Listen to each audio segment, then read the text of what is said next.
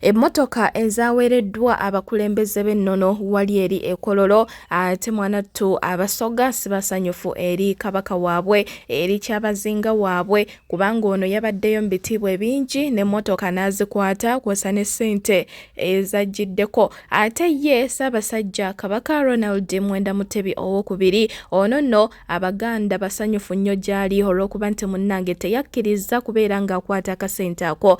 Waliwo n'ebibadde biri mu kwogerwa nga bagamba nti nno simanyanga baabawaddemu ssente mbu baabawaddemu miliyoni simanyanga 8 eyo. Mukwano minisita w'abagenyi ne kabinenti wali eri Emmengo agamba nti n'enteekateeka eyo munnange tebaagitegeerako mbikuleetedde. Ngenda kubeera nga tenga kuwa mu bujjuvu Honorable Zahara Luyirika ekiriwo wabula ng'ate ekiri mu ddwaliro ate mwanattu si birungi. Yenno Stesha Mayanja yafunye edda ate abantu abali ku sayidi ye ngenda kugakuwa mu bujjuvu ago nagasingakaawo.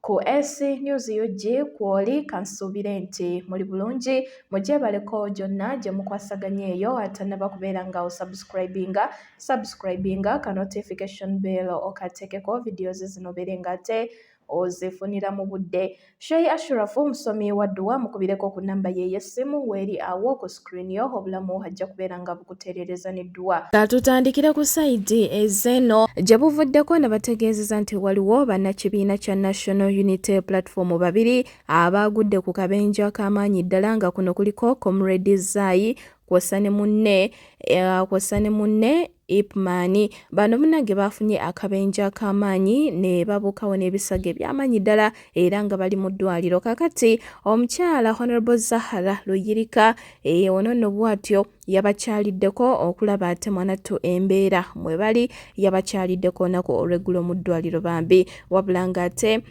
n'abeera ng'abaagaliza okusuuka obulungi. Naffe katubasabire bambi Mukama Katonda ate abawonye. Naye nga King Saha ate ku sayidi wano yabaddeko ne Honorable Zahara Luyirika kakati naawo oba kino kirekawo abaddiimu Honorable Shami Malende baddiya ndowooza tusabe nnyo naye nga King Saha bw'atyo bw'alabise naani ne Honorable Zahara Luyirika anti abannakibiina kya NUP abasinga gwe baagaliza ekifo ekyo eky'omubaka waani eky'omubaka wa Kampala District. Kakati nno King Saha mu ngeri y'emu aliwo ali mu kubeera ng'ate ayongera okubajjukiza nti ye akayaga ako takakozesa nga we mugamba ng'abamu bagamba ayongedde okujeegaana kyokka ne King Saha waliwo nono bu video obusinga ate mwennyini bwakwata ng'akutte akapapula wano nga kalinga kafaanana akasigala naye nga akakutte ng'eno wakyekola kyokka ali eno atugamba mbutabikokozesa. Video yino tubeere nga tweyongereyo. Sinywa njaye sinywa mwenge oli kusoba siri mwenzi soba lifiki ate oba oyinza okugamba sinywa njaye sirina kyenkozesa okugjako emmere yo ndya boyiro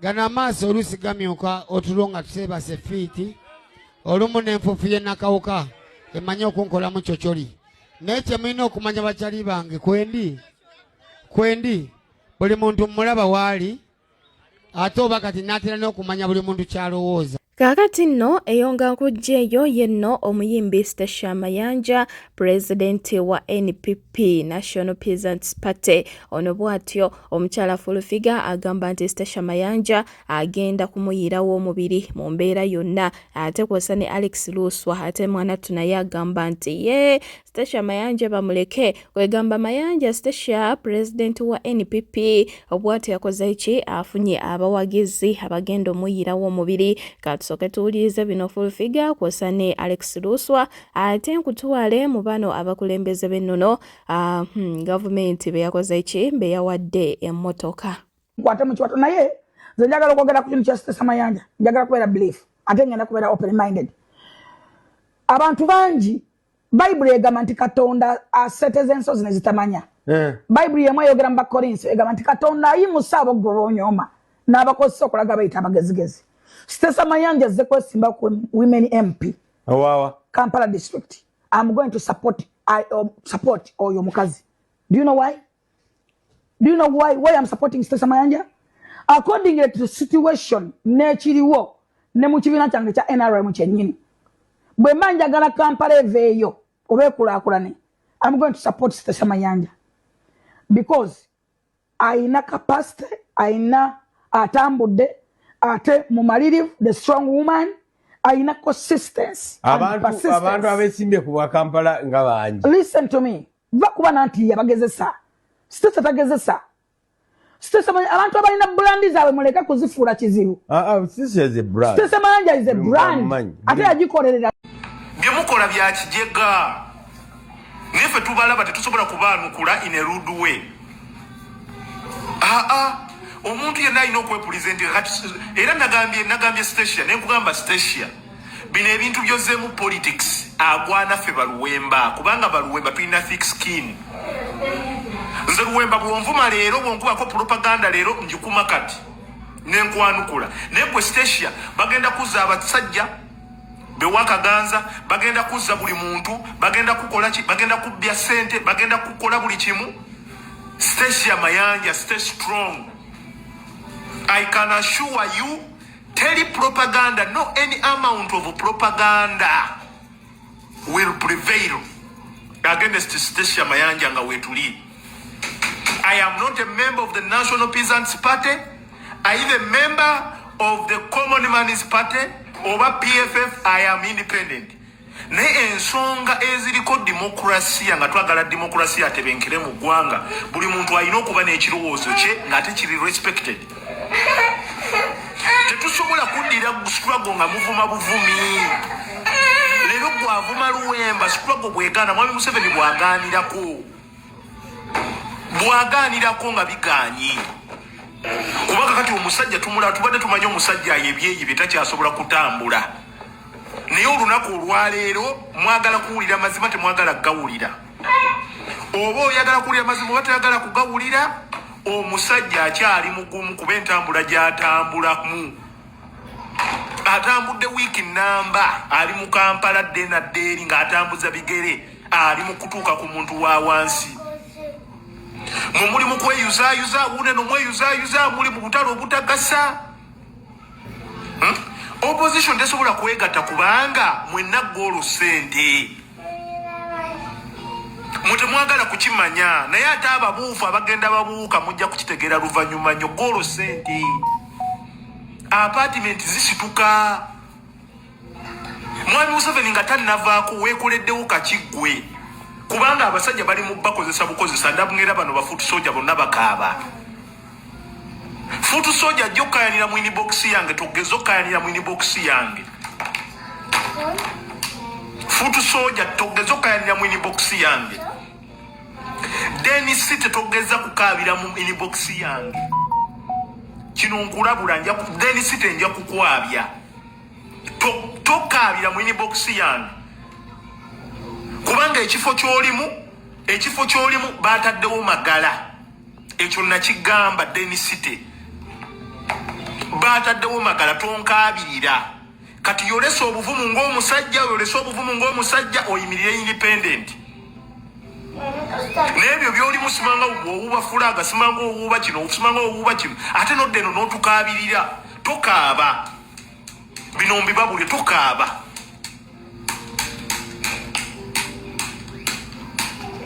Temukaaba. Don't cry for me. Temunkabirira nze luwemba neewaayo mbere saddaaka yammwe. Kubanga nabagamba bonna bali desperate baagala okuyingira. Nemwe nga temubiwulira ati ebyo temwagala kubiwuliriza. Nze nabagamba nze luwemba I'm ready to face anybody. Abantu bonna mubaleke bayimirire. Stacey Mayanja ajja kubaka bwa parliament obwa Kampala. Kyekifo kyekimu kya gundi kyajjako Shamim Malende kyaliko. Munkole ya demokrasiya bonna mubaleke bavuganye. Nebo munaddawo simanga gundi bonna. Ababawabula bonna nga baagala bifo. Nze sirina busungu bwonna kugumba naye njogera mazima. Ebyo nga tubitadde ku mabbali eyo nga tuvuddeyo katudde eno munnange ekyabadde kololo wali emmotoka zo zaabadde zirabikira ddala bulungi era nga nnungi ddala nga bw'ozirabaawo nga za bbeeyi bulungi naye eno projekiti gye baakoze aba gavumenti okubeera nga ate basalawo okuwa abakulembeze b'ennono emmotoka zino ndowooza baakikoze mu ngeri y'okwagala oba oliawo okubagula naye nga bo bavuddeyo ne bagamba nti ekyo baakikoze olw'okuba mbu abakulembeze bano bakabaka bano mbu balina ebintu bye bakola eyo mu bitundu byabwe nga gavumenti ye yandibikoze kati ate bo ne babikolera abantu. Okitegeera ekintu ekyo mbu ne babikolera abantu kakati akageri kekiri nti babikolera abantu nga gavumenti erina okubeerako keebawa kwegamba balinga abagamba nti buli kimu kyonna obwakabaka kye bubeera bukoledde ekitundu kyabwe oba abantu baabwe mbu gavumenti yebeera esaanidde okubikola mbu bo nga bakabaka bwe baba tebasaanidde kubikola balinga abaagala okubajjako obuvunaanyizibwa bwabwe kubanga era omuntu mu bwakabaka obwo aba avunaanyizibwa okola ki okulabirira kabaka we ate era mu ngeri y'emu ne kabaka we naye abeera avunaanyizibwa okukuuma abantu be n'okubeerako kyabeera akola ki kyabeera abakolera.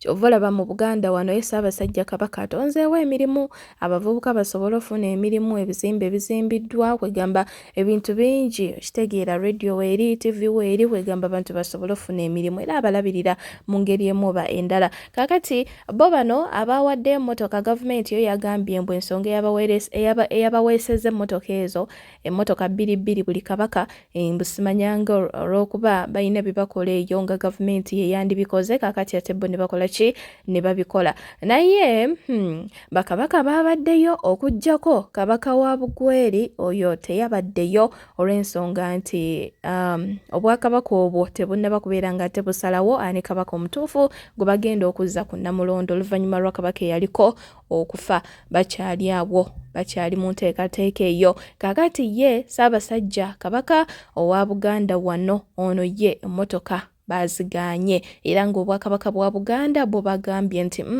abantu ba Buganda bo be bavunaanyizibwa mu kulabirira Ssaabasajja Kabaka so si muntu mulala w'ebbali era abantu ba Buganda tebasobola kulemererwa kubeera nga tebakola ki nga balabirira kabaka waabwe ate ng'era ekyo twakirabako wano mu kusonda ettoffaali abantu nga basonda akasente kasondebwa kukakana nga amasiro ate tegazimbiddwa tegawedde naye nga obwakabaka bwa Buganda bwaganye emmotoka ezo 2 ezaweereddwa bakabaka era nga ye minisita w'abagenyi ne kabineti wali Emmengo ono ate ye yakawaŋŋamudde akawungeeza awo olunaku olw'eggulo yagambye nti bannange enteekateeka eno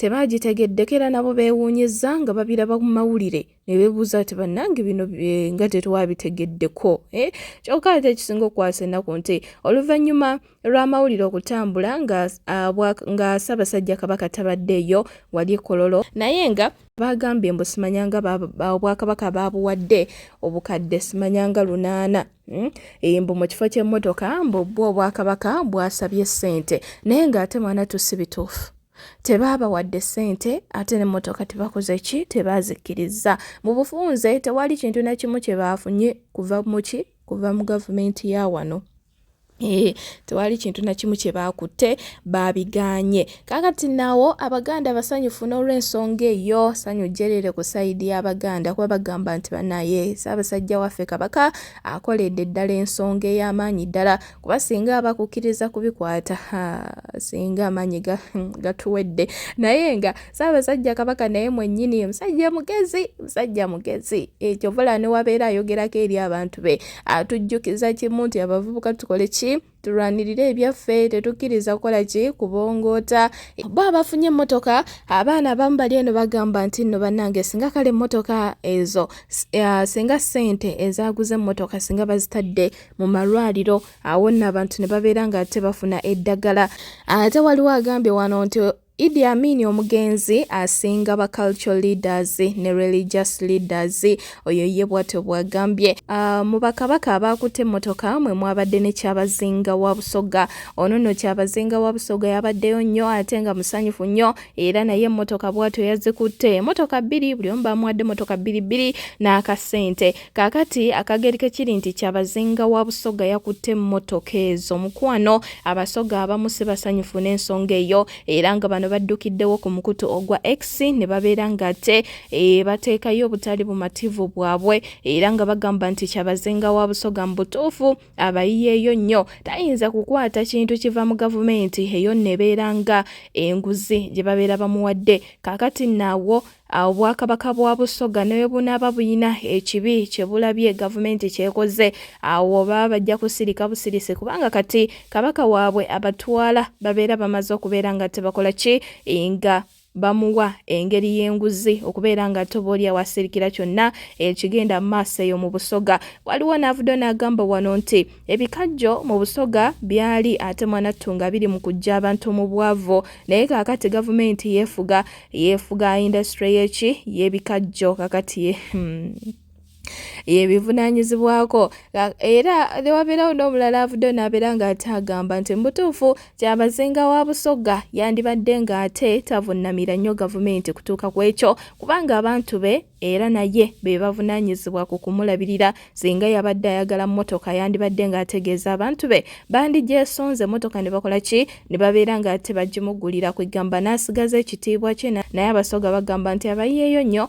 okubeera nga ate emmotoka ezo yakoze eki yazikiriza teyandibadde ye n'okusinziira ku gavumenti byekoze mu busoga eyo nti abantu beeyo baavu ate nga bambi balina ettaka ddene kwe basobola okulimira ate nga balina neki aboolyawo nekisobola okubeera nga tekibajja mu bwavu naye Kyabazinga emmotoka yazikutte kakati awo kyonna ekinaabeerawo mu busoga eyo kigenda kubanga ate kireetera abantu obutoogera nti munnange omukulu abatwala mukama waabwe yakoze eki yakkiriza emmotoka okuva mu gavumenti ya President Museveni n'okusinziira ku bye bayogedde nga babawo emmotoka ezo ate munnange bo abasoga bagamba nti mu butuufu kyabadde tekyetaagisa gwekyogerako ki leka komenti wansawo mu comment section vidiyo nno yiino vidiyo yiino katulabe byabadde kololodia wange ne be bayogedde akatambi kakano tubeere nga te tweyongerayo.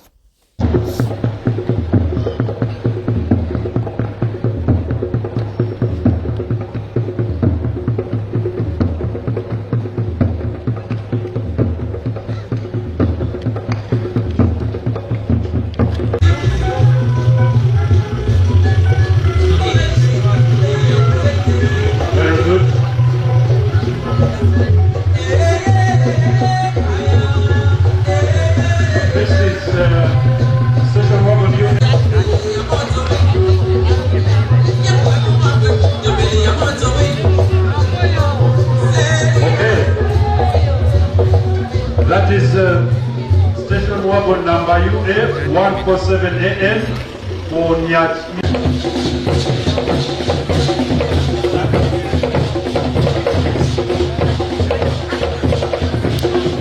No, Buganda Kingdom has the similar amount of money that is supposed to be given. However, I visited the Katikiro. We agreed with them because they indicated that Buganda Kingdom has their methods and the culture that requires that certain provisions are done by the local people, by the kingdom's subjects. So we agreed with them that the money which is meant for Buganda Kingdom will be given to the kingdom at once, including the money for the vehicles, the 60 million cumulatively. Then they will handle it with the initiative that will not infringe on their culture, because they indicated that government or any other person cannot facilitate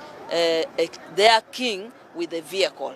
So we have given them the money for all the accumulated financial year plus the vehicle, and we have handed the check to them. They now know how they are going to utilize that money. Is there any other institution, cultural institution in that fashion? Institutions have been facilitated in a similar way, but it's only Buganda Kingdom that requested that their culture and norms would not permit a monthly payment to their king, because their culture requires that it is the subjects of the king who should look after the kingdom, but the money from government can be utilized to undertake development initiative that the kingdom had already indicated in their work plan. On a personal note, Minister, how do you... Netukirespectinga netugamba nti kati mutubuulire engeri ki gye tusobola okukolagana ne Buganda okwongera amaanyi mu mirimu gyabwe. Buganda bakoze omulimu munene nnyo ate mulungi mu kukunga abantu mu byenkulaakulana, programs ez'enjawulo muze muziwulira, programs ez'okusomesa abaana, programs ez'omwana omuwala okulaba nti omwana oyo omuwala atwalibwa nga kya muwendo, aweebwa omukisa ogusoma, n'okukendeeza ebyo byonna ebitera okutewaanya omwana oyo omuwala. Ebyenkulaakulana mu kulima emmwanyi, muwulidde kampeyini ya Buganda ey'emmwanyi terimba, ebyokulwanyisa endwadde nga siriimu.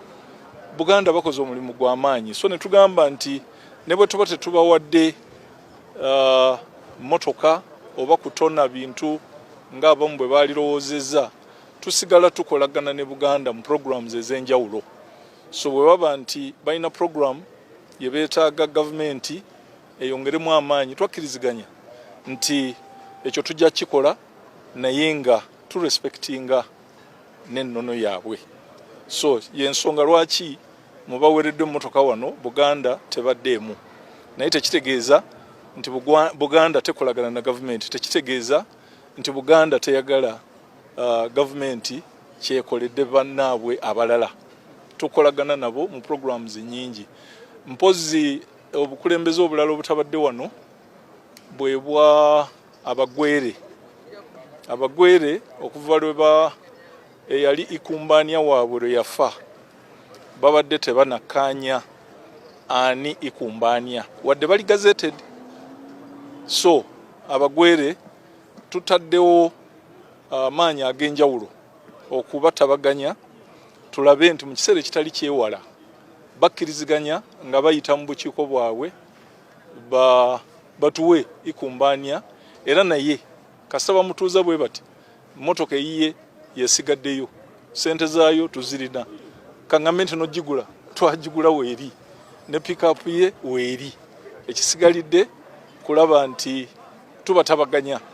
Tukolaganye ne Interreligious Council, era wenjogerera wano waliwo meetings ezigenda mu maaso mu bitundu ebyebugwere, nga meetings ezo zikulemberwa aba Interreligious Council. Bishop Lwere asobola omutuukako ajja mutegeeza amaanyi ge tutaddemu mu kutabaganya ab'obwakabaka obwebugwere, era bwe bakitereeza nabo tujja kukolagana nabo. So nga bw'ogambye emmotoka zino tuziwa abakulembeze abali gazetted oba obukulembeze obuli gazetted, era omulala yenna bwajja mu mwaka ogujja n'aba cleared nga tupulaninga, era nabo tubasobozese okukola omulimu gwabwe. We have handed over vehicles to all the cultural institutions that are officially gazetted. These are 16 in numbers. Each of them has received a station wagon worth about 500 million, and a pickup which is for their security worth about 300. So each set given to each of the institution, which is a station wagon and a pickup, is about 800 million. The purpose of giving these vehicles are recognition that these cultural leaders are always interacting with the community. The Constitution preserves the culture, the norms and the values of each of our traditional institutions. Therefore, as Ministry of Gender, Labour and Social Development, we work with these cultural institutions to ensure that we reform cultures that are repugnant. Most of them have reformed those cultures. Most of them are preaching the gospel of household wealth creation, development initiative. They are into land conflict mediation. They are handling issues to do with domestic violence, issues to do with the teenage pregnancies. So in other words, they are supporting government to do the work that government would have been done in each of their institutions. So that's why today we hand over this for them to be supported, and we are supposed to replenish this after every 5 years. And as you are aware, we also pay allowances for each of these cultural institutions at a monthly rate of 60 million for the 16 gazetted one. Honorable Minister, I wanted to understand, the President of the Republic of Uganda, and Mama Janet Kataha Museveni.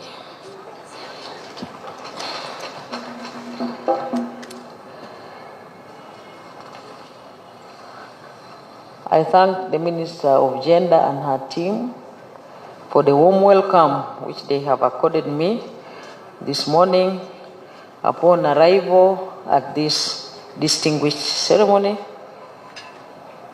where we are going to do a ceremony of handover of vehicles to cultural leaders, a ceremony which is indeed unprecedented.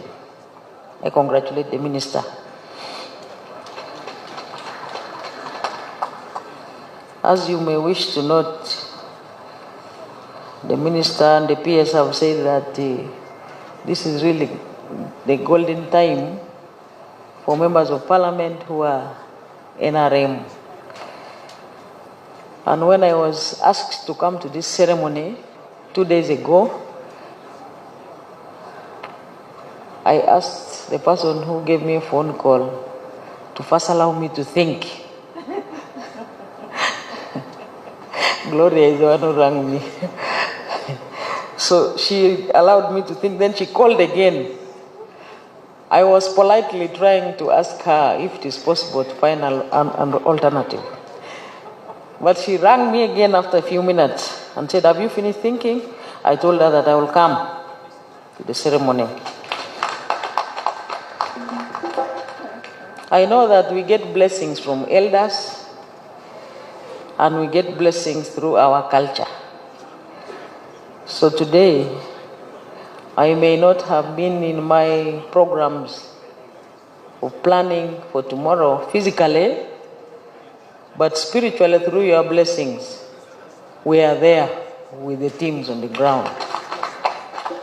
And I request you to continue praying very hard for me and other colleagues to win the election tomorrow. I don't know whether it's possible for everyone to win, everyone who is campaigning. But I also had another interruption where His Excellency the President sent me to Brazil just immediately after the nomination. And what I want to share with you, cultural leaders, is that every time His Excellency the President has sent me to represent him in our neighborhood or even as far as Brazil, I meet very senior politicians there who are his colleagues, and they normally ask me to ask all the people of Uganda to keep on supporting His Excellency the President and to keep on listening to his guidance on the programs. And the major reason which they always tell me is that His Excellency the President of Uganda has ushered in sustainable peace and tranquility here in Uganda, but also to the neighboring countries. When you speak to the President of South Sudan and you speak to the President of Somalia, when you speak to the President of DRC, the President of Central African Republic, the President of Equatorial Guinea, the President of South Africa, and many others. They will always tell you, and they have always told me, to remind the people of Uganda that the peace here has been exported to their countries, and therefore the architect of that peace should continue to be preserved by all of us. So I don't know whether it is God which made this timing of handing over vehicles at this time. I am tempted to ask the cultural leaders that as you are doing the roles and responsibilities of your institutions with the brand new machines which the ministers procured, we as the leaders who are serving under His Excellency the President request that you also whisper to your subjects that 2026 is near and His Excellency the President is still on the ballot paper, so that we continue enjoying these very good programs which are embracing all. Abantu abalina ekizibu kya diabetes bw'okozesa baobab asobola okuyamba okugoba ekizibu kya type 2 diabetes. Era ffe ku Bivi Organic abalina type 2 diabetes ezimu ku herbs ze tubawa baobab, fenugreek, sting nettle ne palmnod. Oli agenda okulaba mu luvannyuma lw'emyezi ebiri abadde ne sukaali ng'abeera fluctuating, sukaali ayambuka bwakka, abeera mu 18, abeera mu 2, 35, atali mu 9. Bw'okozesa baobab n'okozesa fenugreek, sting nettle ne palmnod, within 2 months oba tokyali diabetic. Era abantu abasinga balowooza nti sukaali tawona. Sukaali manya omubiri engeri gye gulespondingamu ku byolya n'ebiki bye gwetaaga osobola okujjanjaba kizibu kya hyperglycemia oba diabetes, ojja kulaba mu bbanga ttono nnyo ng'omaze okutereera. Kati gwali diabetic otegedde. Ate ayamba ne ku bantu abali pre-diabetic, abalina pre-diabetic syndrome, abantu ababeera nga glucose bamulaba mungi mu musaayi, ne bwe bapima tonatuuka kuba nti oli diabetic wabula oli ku borderline. Bw'okozesa baobab ono mulungi nnyo. Lwaki? Alinamu soluble fibers. Ali 90% soluble fibers. Ayamba nnyo digestive system yaffe eno ne gut okuabsorbinga nutrients mu mmere gye tuba tulidde olwa fibers z'alina, n'okuretaininga fluids oba water mu mubiri gwaffe ne gutagwamu mazzi.